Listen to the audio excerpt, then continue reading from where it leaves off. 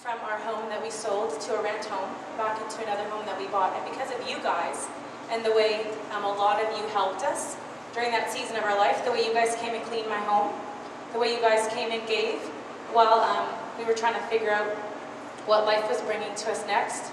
Because of you, you brought us meals, you laughed with us when we felt like not laughing, you cried with us when we needed to cry, and because of you, you prayed us through a season of our lives while God was preparing us for Bloom. And because of you, our lives have been different, and so I just want to say thank you. Nothing that you do in life is too little or too big for the kingdom. Everything that you do to serve somebody makes a difference. Everything. If it's holding the door at the shopping store when you go in, if it's smiling at somebody that's grumpy to you at the cash register, if it's saying to the person that's trying to push you down in Superstore, as they all do, you can go first when you feel like ramming them with your cart. Because I felt like ramming quite a few people in Superstore at Christmas time.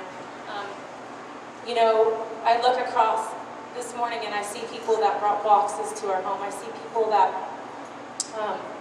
just so many of you have impacted my life. And I just want to say thank you because of you, my life is different. Wouldn't it be nice to know that at night people are thanking the Lord for us as a church, for us as a family, for us as individuals? Wouldn't that make your heart happy to know that somebody tonight's going to pray and thank the Lord for you? That would make my heart happy. Serving in our world may not be viewed with much regard, but serving is the highest pinnacle of Christian faith. Jesus said himself, I did not come to be served, but to do what? But to serve. So I say to you today, do you call yourself a follower of Christ? Then, if you do, your lives not need to model just what he said, but what he did. We need to not just be speaking words, but we need to be living that out every single day. Jesus even told his disciples when they were arguing, God, where am I going to sit in heaven? Who's going to be the greatest? What did he say? He said, the one that knows how to pick up the towel is the one that's going to be the greatest. I think of Rose Sharp yesterday when she scrubbed that women's toilet down here for an hour and a half. You know, it was the nastiest, dirtiest job probably that we did yesterday in getting ready for church. And she just put a big smile on her face and took that bleach bottle and scrubbed for an hour and a half. And like it's because of her we get to go into the bathroom today and just think, wow, there's no germs in here. It's great. It's great. It's the little things that make it great. So when you think about your day, how do you go about using your time? Do you say, man, I'm tired today, I'm going to keep my time for myself? Or do you say, when you are exhausted and tired, what can I do to make somebody else happy? So many times I wake up in the morning and I think, my list today is so long. I don't think I can even get through it. And I get overwhelmed sometimes with the little monotonous day after day, laundry, floors, picking up jackets in winter, boots in winter, drying things out. And I'm like, oh, woe is me. You know, woe is my motherhood journey. But then when I get past my little pity party, often I think, what can I do to make somebody else happy today? And sometimes I can't get out of my house that day, but I sure can send a note of encouragement. I can give somebody a hug in the school parking lot when I'm picking up my kids. I can just get out of my own selfish box and decide that I'm going to serve even in the little ways. So I want to encourage you this week, especially going into the Christmas season, when we're in the hustle and bustle, and we're shopping for Christmas. So many people don't want a gift of something in their hands. They just want to be loved. So many people are lonely. So give yourself, give your time, bake some cookies, go knock on your neighbor's door who you've never met, that you've lived there for 10 years and you still don't know your neighbors, and go say, man, I'd love to bless you with some cookies today. Hot cookies make everybody happy. It's the best thing you can do. You don't even have to bake them. You can go get a Pillsbury cookie dough roll and they think you made them. Like, it's great. You know, what harm would that do?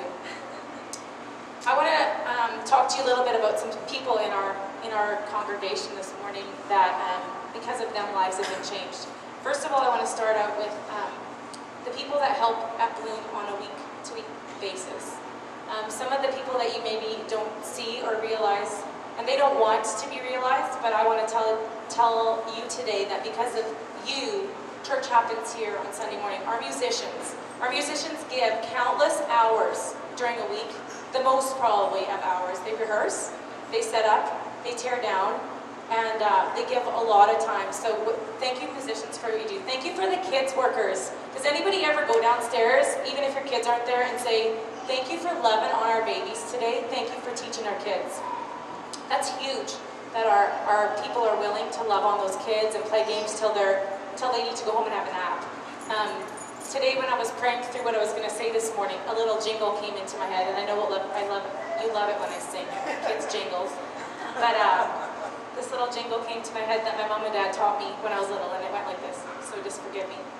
If you want to be great in God's kingdom, you need to be the servant of all.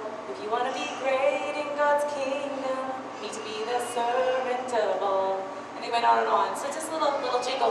The things our kids are learning today will stick with them forever and ever and ever. I'm almost 40, and I wake up at 7:30 in the morning, and I remember a jingle that I learned when I was 7. So I called my dad this morning and woke him up, and I said, Dad, I'm singing jingles that you guys taught me when I was little. And that's how important our kids workers are. So thank you to our kids workers. Thank you to our setup team, our teardown team. We've been blessed with this new facility where we aren't going to have to do quite as much of that, but man, we've been hauling the last few months, and you guys have not slowed down. Thank you so much. Thank you for the people who pray for us. It's huge what you guys do. I could go on and on. The next story I want to tell you, and she doesn't know I'm going to tell this morning, but about servanthood is of my friend Deanna. Last week, Deanna was heading to Saskatoon to go to a test with her daughter that lives there. And Deanna's running a pretty crazy life right now. She's gone back to school. She's managing soccer teams. She's being a mom. She's being a wife. She's running a crazy life right now. And quite honestly, if I would be Deanna that day, I would have put my pedal to the metal. I would have got my coffee in my mug, and I probably would have cranked my music on loud. And I would have said, this is my 2-hour time for me. But that morning, Deanna heard God speak to her and say, you need to pick up a hitchhiker today. Does anybody think that's crazy? I think it's crazy.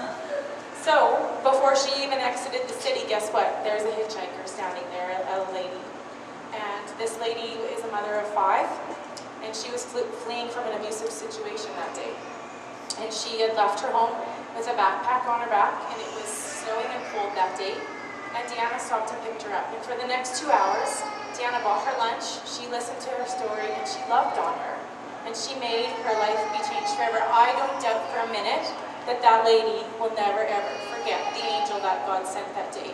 She took her to Saskatoon, she took her to one place that was full, and then she took her to the Salvation Army, where she dropped her off, and then she went back later and left money for her at the front desk. That's serving. That's getting out of your own selfish box when you're tired and you're going to go love on your daughter. So she goes to pick up her daughter, and there's a stranger in the car with her, and her daughter's like, what is going on? You know, like, crazy! But it's like when God speaks, He will protect you, He will provide for you, and He will guide you. So get out of your box. When you hear that voice speaking in the back of your mind that says something, like, a lot of times that's God. So tap into it. Don't be afraid to do it. Another people that I want you to meet right now and hear a little bit about what they're doing in Regina is Jimmy and Sarah. Schimmel, if you guys would love to come up. Jimmy and Sarah serve here in Regina. Come on, you don't have to say anything. Just come or stand up so they can see your face at least. This is Sarah. And I just want them to share a little bit about what they're doing in Regina and how they're serving. Well, that's my lovely wife back there. I won't make her come up at all or talk or anything, but you can talk to her afterwards, and I'm sure she'll be open to the conversation. So keep that flowing. Basically, what Pastor Craig on the screen said really hits the heart of what me and Sarah are doing. There's a lot of stuff that I'd love to share with you guys today, but where we are, we've been there for 4 months, and that's a lot of stories, because from our first week of living there, I think we got probably 4 or 5 major wake-up call stories that we can share. 4 months adds up a lot. But before I get into what we're doing right now, because I'm sure you're all anxiously waiting to know what we do in the city of Regina. I'm the program director of Regina Youth for Christ. In the city, we met at our facility there a few months ago, months ago, whatever. And God really opens me to a lot of opportunity, and that's how I want to live my life. I'm an opportunist, so when stuff like Bloom comes and they need a building, I love to jump on that kind of stuff. As part of my job, I overlook a lot of various programs through YFC. To mention 4 is our youth group. We meet every Wednesday, so if you're in grades 7 to 9, we meet at the YFC building, and we just, it's a community of believers, non-believers, high school kids, and it's just an amazing space where we can just come, hang out, take 2 hours of our week, and we can just be together. We can learn together, we can live together, and we can love together. And that's what we're about. And so now what we do, me and Sarah are house parents to at-risk youth in Regina called U-Turn. That's what we call our house, is U-Turn. And getting into U-Turn is something we did not want to do. Yeah, we got approached early on.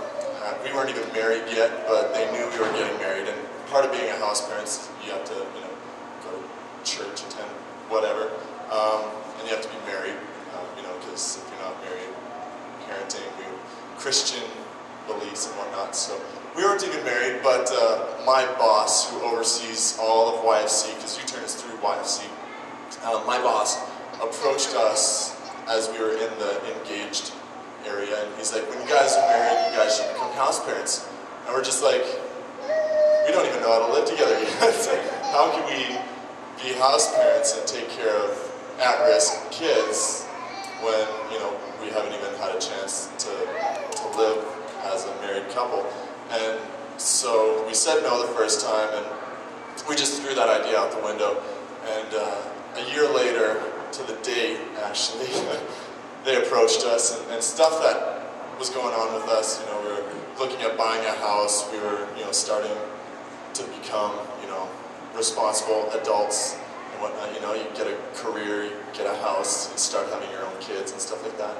Things just were not pointing to that direction, and my boss randomly asked us, he's like, well, the old house parents, they got pregnant, and you can't have your own little babies in U-Turn with, the risk of the child.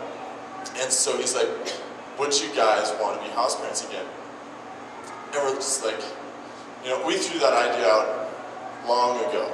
And so we were just praying about it and, thinking, is this really what God wants us to do?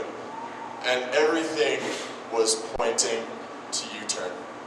And still, we have our days and we have our weeks where we're just like, God, you are insane. Why?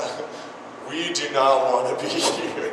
We live with a bunch of at-risk kids that are just tearing around the house, tearing around the neighborhood, saying off-the-wall things, just doing ridiculous things with their lives. And constantly God reminds us that we just have to love them, and we have to be there for them. And it's all about finding God in the small everyday things. Even last night at 1:30 in the morning, we had a kid come downstairs because we have another kid in the house who has a pretty strict curfew, and he didn't show up for curfew because he got stranded in Moose Jaw. We're just like, we just want to wring him by the necks and just be like, get your life together. But it's like, God's really softening our hearts, where it's to the point where we just need to love them. And in a house full of chaos, God has a way of putting things in place. We had a youth recently move out of the house, and we could see him. He was a really good kid, really good conversations, makes stupid choices like we all do when we're young people. But we could see his move out coming to an end. He kind of disengaged himself from what we were doing at U-Turn, and his family lives out of town, and he really wanted to be with his dad. And one Monday we do the regular routine. We have another house for 12 to 15-year-olds called the Jedediah House.